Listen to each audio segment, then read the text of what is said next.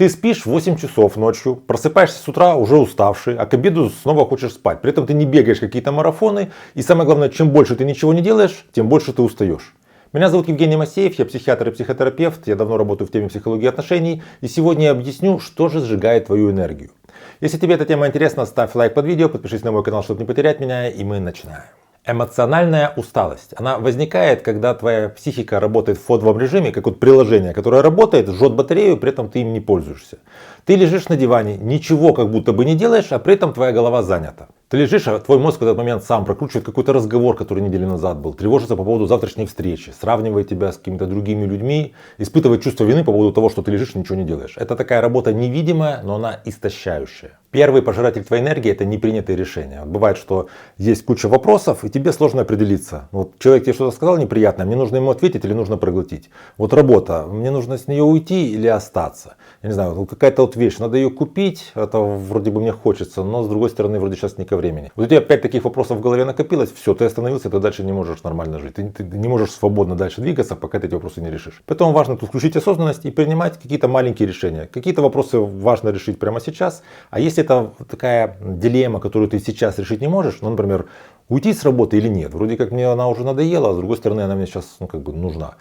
Ты можешь просто отодвинуть точку принятия решения. Ты можешь принять сейчас решение, что вопрос по поводу работы, я к нему вернусь через месяц. И за это время я вот пока ничего не меняю. Таким образом просто ты вот принимаешь решение, освобождаешь свою голову и живешь себе дальше. Второй пожиратель энергии — это подавленные эмоции. Если ты разговариваешь с человеком, улыбаешься, при том, что ты испытываешь к нему какую-то неприязнь, он тебя как-то обидел. Если ты стараешься быть таким вот бодрячком постоянно, то вот это вот подавление своих эмоций — это очень серьезная физическая работа. Если ты понимаешь, что ты находишься в такой ситуации, в таком обществе, где тебе часто приходится сдерживать и подавлять свои эмоции, то тут ничего удивительного. Действительно, ты не сможешь оставаться до вечера свежим и бодрым, потому что у тебя вся энергия будет еще утром заканчиваться. Вот это вот удержание на попытку держать лицо. Третий пожиратель твоей энергии — это если ты живешь не свою жизнь. Иногда усталость — это не следствие того, что ты переработал, а усталость — это может быть таким психологическим сопротивлением. Я сейчас живу не ту жизнь, которую я хочу, а ту, которую пришлось. Вот, предположим, ты работаешь не на той работе, которая тебе нравится, а вот родители хотели эту работу. Ты находишься в отношениях не те, которые тебе нравятся, а те, которые удобные. Ты живешь в городе, в котором просто пришлось жить, а не в том городе, в котором бы хотел жить, и общаешься не с теми людьми. То есть бывает, что человек чувствует такую эмоциональную усталость в связи с тем, что просто он живет не свою жизнь, а вот свою жизнь он почему-то не позволяет себе жить. Четвертый пожиратель твоей энергии — это повышенная тревога, когда ты вот сегодня живешь с тревожными мыслями по поводу проблем, которые настанут завтра. Ты думаешь, а вдруг завтра не получится, вдруг завтра у меня не хватит денег. И твоя эта тревога, она как будто бы тебя мобилизует, чтобы ты вот был готов решать завтрашние проблемы, но завтра никогда не наступает, потому что завтра ты будешь переживать уже по поводу послезавтра. В такой ситуации важно либо перевести фокус внимания с этого вот завтра, который никогда не наступает, на сейчас, что сейчас я могу решить, что я могу сейчас сделать.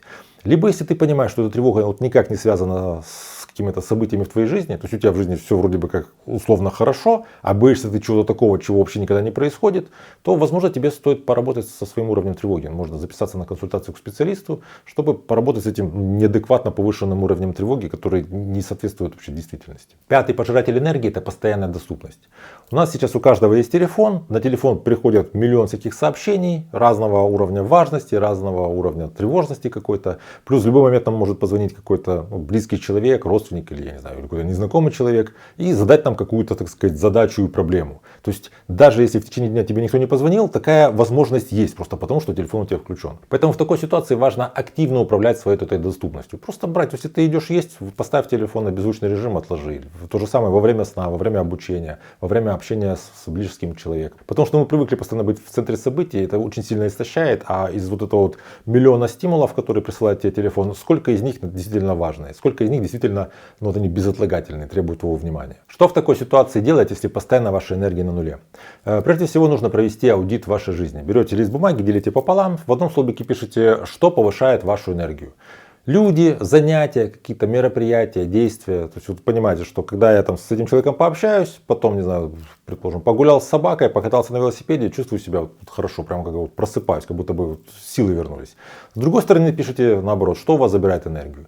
И потом, если вы с осознанностью к этому относитесь, когда вы провели этот аудит, вы понимаете, что если мне нужно общаться с этим человеком, предположим, с начальником, после которого я себя чувствую как с креста снятый, то я потом знаю примерно, чем я могу заняться другим, чтобы как-то восстановить этот баланс энергии. Второе, что вы можете сделать для избежания эмоциональной усталости, это дайте себе возможность чувствовать. Вот если вы чувствуете злость на кого-то, проговорите их как минимум про себя, что я сейчас злюсь. Когда вы радуетесь, просто заметьте, я сейчас радуюсь.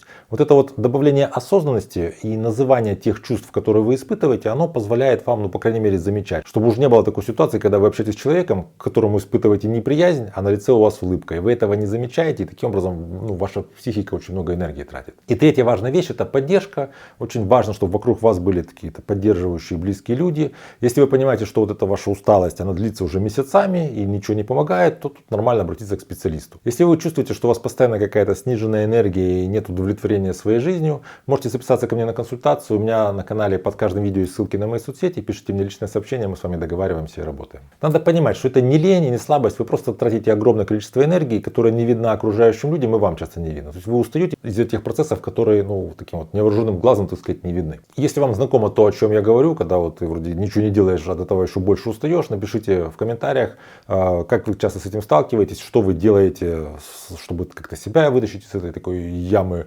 отсутствия энергии. Я буду благодарен, если вы поделитесь своим опытом. Если эта тема вам интересна, ставьте лайк под видео, подписывайтесь на мой канал, берегите себя и своих близких, и до встречи в следующих выпусках.